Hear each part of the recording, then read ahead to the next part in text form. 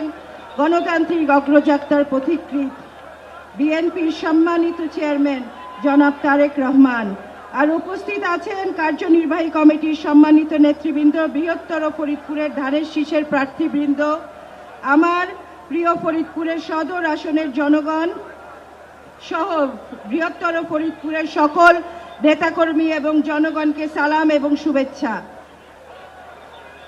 আজকে ফরিদপুর সদরে প্রথমবারের মতো আমাদের বিএনপির প্রিয় চেয়ারম্যান জনাব তারেক রহমান উপস্থিত হয়েছেন। আমরা অন্তরের অন্তঃস্থল থেকে স্বাগত জানাই। আজকে আমাদের দীর্ঘ 17 বছরের অপেক্ষা আজকে অবসান হলো। এই দীর্ঘ 17 বছর এই ফরিদপুরের মানুষ অবহেলিত এবং বঞ্চিত ছিল, কিন্তু এখন আমরা আশা করি জনগণের রায় নিয়ে আমাদের চেয়ারম্যান তারেক রহমান প্রধানমন্ত্রী হবেন এবং ইনশাআল্লাহ আমাদের ফরিদপুরের উন্নয়নের অগ্রযাত্রার বিশেষ দৃষ্টিপাত করবেন।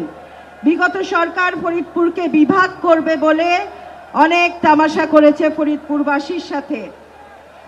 আপনার কাছে আমাদের প্রত্যাশা ফরিদপুর বিভাগের এবং দ্রুত পদক্ষেপ গ্রহণ করার আবেদন করছি। এছাড়া ফরিদপুর পৌরসভাকে সিটি কর্পোরেশন, একটি স্বতন্ত্র বিশ্ববিদ্যালয়, ইপিজেড এবং গ্যাস সরবরাহের মাধ্যমে আমাদের ইন্ডাস্ট্রিয়ালাইজেশন ত্বরান্বিত হবে। আজকে ফরিদপুর সদরে প্রথম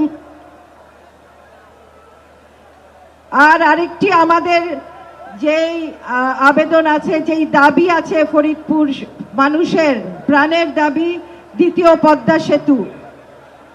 আরেকটি আমি কথা বলতে চাই এই ফরিদপুর মানুষের ব্যাপারে, যে পাট আমাদের ফরিদপুর বাংলাদেশের সোনালী আঁশ এবং ফরিদপুরে পাটের উৎপাদন এবং শিল্প কারখানা সবচেয়ে বেশি ছিল এবং বাংলাদেশের অর্থনীতির চালিকা শক্তি ছিল এই পাট। কিন্তু দুর্ভাগ্যজনকভাবে বলতে হয় এই পাট এবং পাট শিল্প আজকে বিলুপ্তির পথে।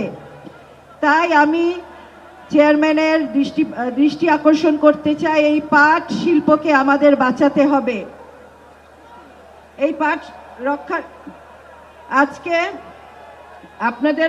আজকে আপনার আগমন আমাদের ধানের শীষের প্রার্থীদেরকে বিজয় ত্বরান্বিত করবে, এই আশা ব্যক্ত করে আমি আজকে শেষ করছি। বাংলাদেশ জিন্দাবাদ। শহীদ প্রেসিডেন্ট জিয়া রহমান অমর হোক, বেগম খালেদা জিয়া অমর হোক, চৌধুরী কামাল ইবনে ইউসুফ অমর হোক, চেয়ারম্যান তারেক রহমান জিন্দাবাদ। ধন্যবাদ।